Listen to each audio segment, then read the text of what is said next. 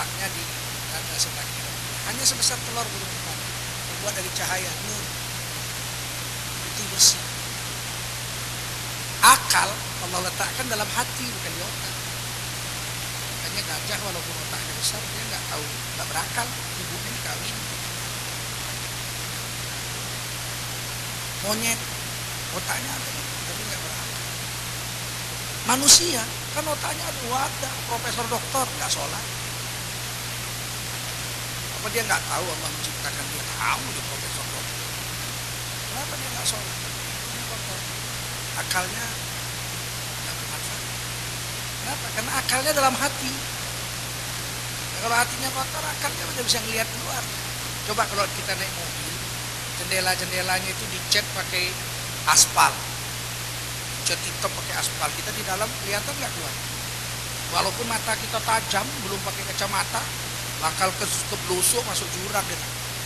Kenapa? Karena kita nggak bisa melihat keluar, karena rangka tempat kita diam itu hitam. Akal kita itu diletakkan Allah di hati. Al-aqlu huwa nur siyada fi qalbi. Ya, akal manusia itu di hati, bukan di otak. Oleh karena itu amal kita itu dikit-dikit segala macam itu untuk membersihkan hati, bukan bersihkan otak. Kalau hatinya bersih, akal kita itu jadi bisa ngelihat, oh ini yang salah, oh ini betul, oh ini manfaat, ini rugi. Nah, itu gunanya akal itu. Akal itu dia harus rumahnya atau tempatnya itu dibersihkan, yaitu hati kita.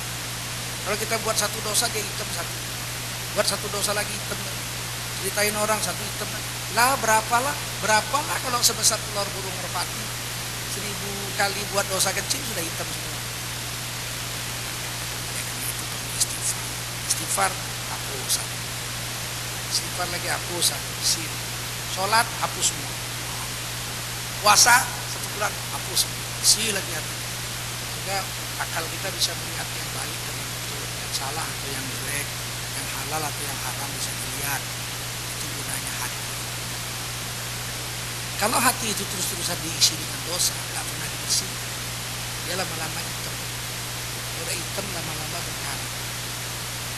Udah berkarat, nggak guna mata, nggak guna lagi mata, ngelihat nggak tembus. Yang udah berkarat, dia nggak. Banyak di Quran disindir dia.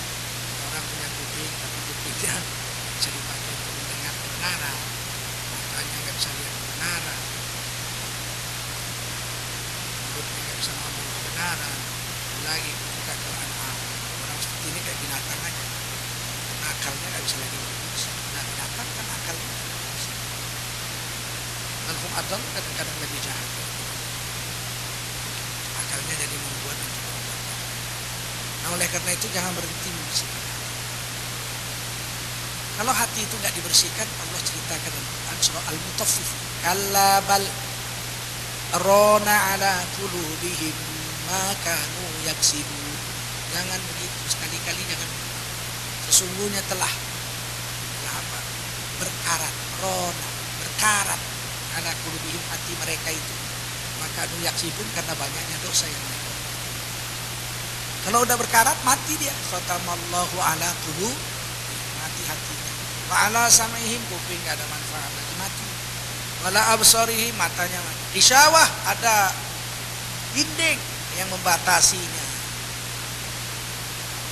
Lahum azabun azim, nanti dapat azab. Tinggal lihat orang meninggal pun enggak ada lagi sakit, mati. Ya udah gitu aja, sekedar itu. Dia enggak, ya Allah, dia udah mati, lebih muda dari saya. Wah, saya bisa sekitar saya mati, amal saya ya itu hatinya masih hidup. Anak muda aja sholatnya bagus, lah saya udah tua belum sholat, gimana sih? Itu hatinya masih hidup. Tapi kalau hati udah mati, ya tengok anak, lihat anak muda sholat, dia malah marah. Alah, kamu sholat aja, memang hebat sholat itu, saya nggak pernah sholat, kaya.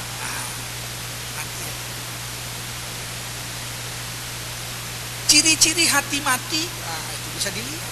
Dari mana hati mati? Kata Nabi, kalau matanya udah nggak mau nangis, jumudul ain min qaswatil qalbi, itu kata Nabi. Mata ini nggak mau lagi berair, nggak mau mengeluarkan air mata, nggak mau lagi nangis karena hatinya sudah mati, sudah keras. Wa qaswatul qalbi, itu kerasnya hati, min kathratil dzunub, karena hatinya penuh dengan dosa-dosa. Sehingga kalau orang sudah nggak mau nangis, bahaya itu. Ibunya mati pun dia nggak nangis. Nah, datang tamu, ibunya wafat kok nggak nangis. Kalau orang dulu tertinggal sholat berjemaah aja nangisnya sebulan, 40 hari nangis. Kamu kenapa sih? Saya ketiduran tinggal sholat berjemaah. Waduh, nangisnya kok ya. Kita 6 tahun gak sholat ketawa-ketawa aja. Kenapa matanya gak mau nangis? Kan hatinya sudah keras. Maka oleh karena itu sahabat-sahabat dulu itu kalau udah gak nangis sehari aja, mereka bingung, apa yang menyebabkan hati saya keras? Saya gak bisa nangis. Supaya hati lembut, kata Rasul, karena sering-sering lapar. Orang yang sering lapar, hatinya lembut. Orang yang setiap hari kenyang, hatinya gobar. Makanya anak kita nggak boleh dikasih kenyang terus. Kasih makan enak, dan nanti hatinya mati. Sekali-sekali perlu anak kita nggak dikasih makan enak, biar dia komplain. Nggak enak nih. Iyalah, orang lain nggak makan. Biarkan dia hatinya lembut. Kadang perlu tidur sekali-sekali nggak ada AC panas, biar panas, kipasnya biar. Orang lain nggak tidur. Lihat tuh di situ di kaki lima, di kaki mati. Syukuri. Dalam rangka apa sih itu dibuat turun naik gitu? Supaya hatinya peka, supaya hatinya bisa merasakan.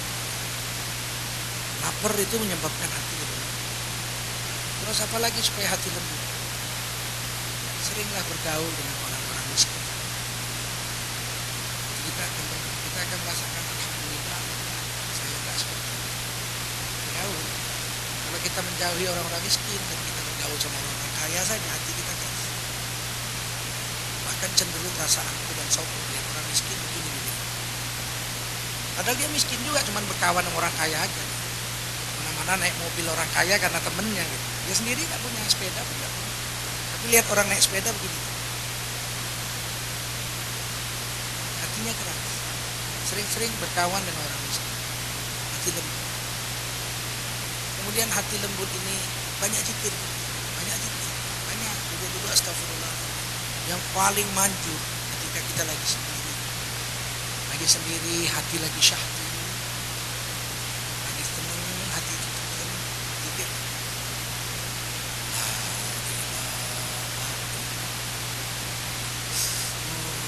Itu seluruh karat-karat di hati itu juga. Gak sadar tiba-tiba nangis.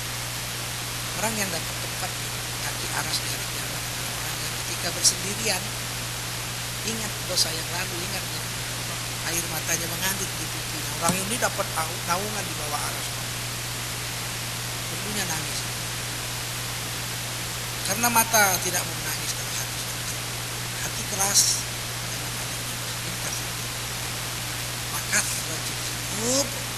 Indonesia orang berani berbuat dosa banyak karena nggak ingat mati.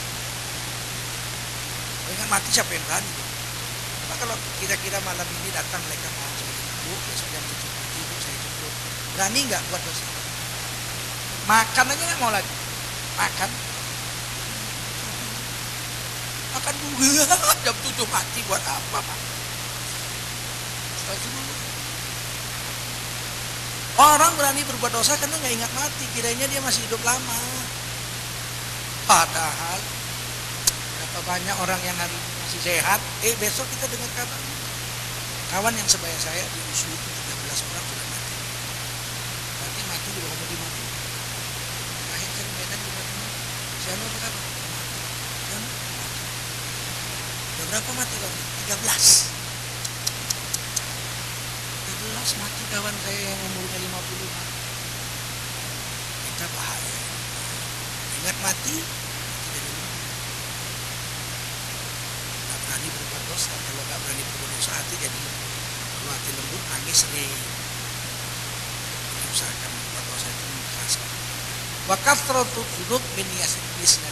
Orang berani berbuat dosa karena lupa mati. Dan ingat mati supaya enggak berani berbuat dosa. Zikir di WC itu ingat mati. Kalau masuk WC subhanallah, subhanallah, makruh. Masuk WC la ilaha illallah, la ilaha. Makruh, Allah benci, enggak suka. Itu WC tempat yang kotor, tempat setan. Jadi zikir di WC itu apa? Ingat mati. Duduk itu ya Allah, aku mati. Kapal. Injek-injek di rumah. Kubur tinggalin. Nonton saya. Istri saya enggak mau ikut. Ya, ada istri cinta ikut di kubur. Dosa banyak, pahala masih sedikit, ya Allah. Sehingga nggak betah di kamar mandi, cepat keluar. Mengingat mati itu zikir. Wa nisyanul maut, orang lupa mati mentulil amal karena cita-citanya panjang. Orang yang cita-citanya panjang, angan-angannya panjang, lupa mati tuh. Saya udah punya mobil satu, ini sebentar lagi dapat duit, ini ada proyek, ini dapat mobil satu lagi. Istri saya sudah tua, anaknya sudah putih, ibunya sudah banyak, saya dapat uang lagi kawin lagi. Dia kawin lagi, saya terus dapat ini, nanti ada itu, ada janda muda, mau saya lamar lagi. Ini saya angan-angan terlalu panjang, lupa mati. Angan-angan jangan panjang-panjang. Angan-angan saya cukup makan, anak saya bisa makan, istri saya bisa makan, saya bisa makan, nah, sepanjang-panjang. Dan mobil satu disyukur. Tiap tahun bukan mobil. Bukan bikin rumah gitu kan. Tiap tahun pagernya dicat baru. Umroh belum pernah, haji nggak pernah. Aduh, panjang angan-angan Pak. Punya ini mobil, itu bahaya. Kalau dibuat orang lupa mati. Angan-angan pendek-pendek aja. Pendek aja. Kemudian watulul amal, hubbud dunia. Orang panjang angan-angan karena dunia itu terlalu cintai. Kalau saya punya Mercy pasti nikmat sekali punya mobil Mercy 550 minum ais. Padahal nggak ada, itu tipu aja. Begitu dia punya malah nggak berani parkir, takut digores orang. Aduh, bentar bertamu sama kawannya orang gini iya. Terus dia mau iya kok ngapain lihat aja mobil saya, takut digores orang, takut dicuri. Sebetulnya cinta dunia aja. Padahal mobil itu enaknya sebentar, seminggu kan. Lewat seminggu enak lagi, udah biasa aja. Apalagi 20 tahun. Saya waktu SMP, orang yang punya mobil Mercy 220S. Oh, itu pundaknya begini. Kok banting pintunya, keluarnya langsung begini. Kayak koboi menang perang itu. 220S tahun 80-an, tahun 70-an, hebat sekali dia itu. Kalau sekarang tahun 2014 ada orang yang masih punya mobil 220S, nutupnya pelan-pelan nih. Kenapa Pak? Takut pintu. Kalau dibanting coplot pintunya. Dulu bangga banget ya, tahun 70 punya itu, wih, pundaknya begini. Kalau sekarang punya masih 220, nutupnya pelan-pelan, pundaknya turun gitu, kayak kumpul kalah perang. Oh, dunia memang begitu. Kita cinta-cintai pun gak ada apa-apanya. Malu. Coba naik mobil build up, dulu kan bangga banget ya. Build up, buatan Jerman, build up. Bukan onderdilnya tidak dibuat Indonesia. Ini bukan mobil apa namanya itu, assembly. Ini build up, build up. Awas itu lecet. Tahun 2014 pakai mobil build up, malu Pak, bayar tol turun dulu. Mau bayar tol nggak bisa, setir di kiri. Mau bayar tol turun dulu, muter. Apa? Setir kiri. Dulu bangga bukan main tuh. Kita pun gitu, ibu-ibu udah tua sadar. Memang dulu ibu-ibu 40 tahun yang lalu cantik jelita. 40 tahun yang lalu. Tapi sekarang kan ibu ibarat mobil build up. Mau bayar tol aja ibu harus turun dulu muter. Jadi kita sudah lewat masa itu. Jangan terlalu mencintai dunia, nanti kita lupa akan mati. Jangan lupa mati banyak dosa, hati keras bakal mati. Hubbud dunia ra'su kulli khati'ah. Dan cinta dunia itu pangkal orang berani berbuat segala macam dosa.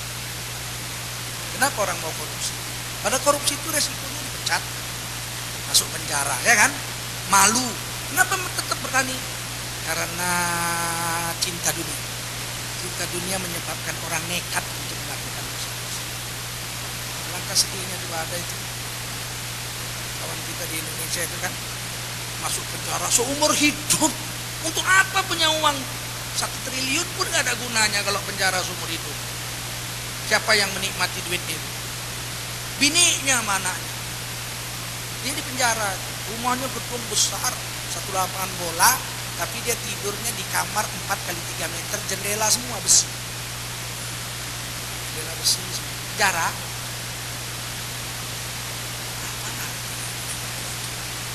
Karena itu dunia ini cintai ala kadarnya saja. Sebab dunia ini kalau udah kepegang manusia harganya jatuh. Kita belilah jam Rolex, masih ada garis merahnya di belakang. Beli 1 hari simpan di rumah, besok pagi jual lagi. Laku nggak harganya yang sama? Padahal cuma 1 malam di rumah kita ada kwitansi ini kan saya beli kemarin Pak. Cuma 1 malam di rumah saya, merahnya belum hilang. Saya beli ini 30 juta, saya jual lagi 30 juta, laku nggak? Dunia kalau udah kepegang orang jatuh harga. Di akhirat kalau kepegang orang, akhirat naik harganya. Itu yang paling akhirat kalau kepegang orang harganya naik. Misalnya kita ada uang bayar zakat, hapus seluruh dosa dari ujung rambut sampai ujung, naik harganya. Kita ada uang kita bayar infak, naik 700 kali lipat, bisa 70 kali lipat. Kalau akhirat kepegang manusia meningkat. Jadi kalau dunia kepegang manusia jatuh. Ya karena itu kita perlu dunia. Kita hidup di dunia kok. Jadi jangan sampai kita mencintai dunia berlebihan sehingga kita menggadaikan agama kita. Rugi. Semoga ceramah yang singkat ini bermanfaat. Semoga kita bisa memelihara hati kita agar tetap lunak, lembut, sehingga kita bisa menangis pada berhadapan dengan Allah SWT. Selamat berpuasa dan terima kasih atas kita malam ini.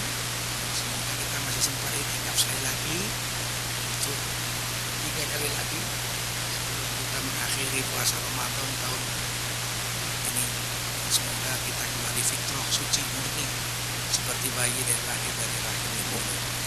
Subhanallah bihamdihi, subhanakallahumma wa bihamdika, asyhadu an la ilaha illa anta, astaghfiruka wa atubu ilaik. Subhana rabbika rabbil izzati amma yasifun wa salamun